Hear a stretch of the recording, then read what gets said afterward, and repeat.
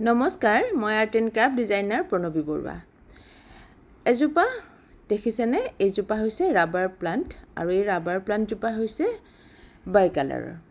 আৰু কেনেকৈ ৰোৱা হ'ল সেইটো মই দেখুৱাইছোঁ।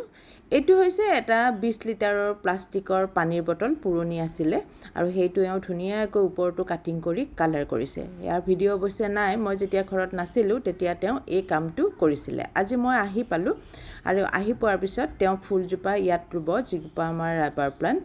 এই ৰাবাৰ প্লাণ্টজোপা ইয়াত লগাব আৰু ইয়াত লগাওঁতে তেওঁ কি কি ব্যৱহাৰ কৰিছে সেয়া মই আপোনালোকক দেখুৱাই গৈছোঁ। প্ৰথমতে এখন নেট লৈছে, প্লাষ্টিকৰ নেটখন, আৰু নেটখন যিহেতু তলত পাৰি ল'ব মাটিটো ওলাই নাযাবৰ কাৰণে, আৰু বটলটোতো ফুটাই লৈছিলে।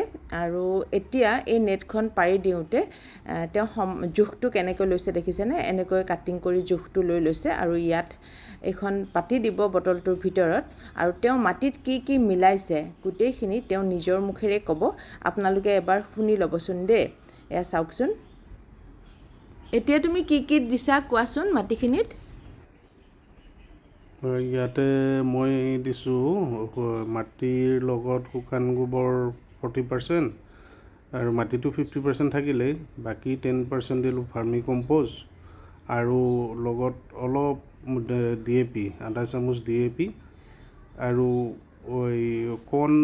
অকণমান ফাংগিচাইড মিক্স কৰি লৈছোঁ। লৈ পেলাই এতিয়া ইয়াত সোমাই দিছোঁ আৰু।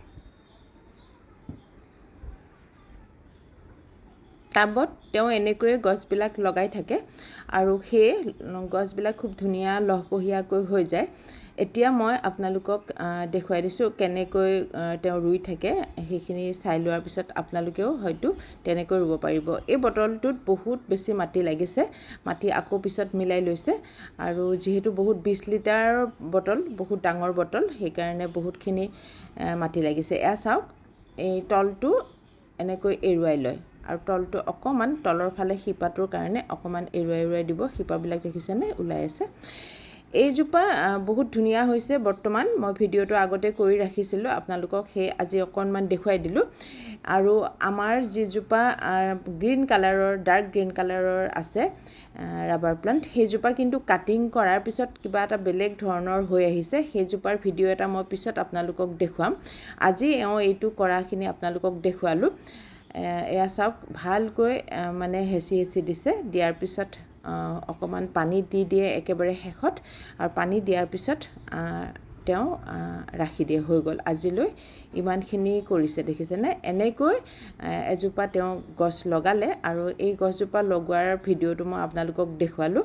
আজিলৈ ইমানেই। ধন্যবাদ।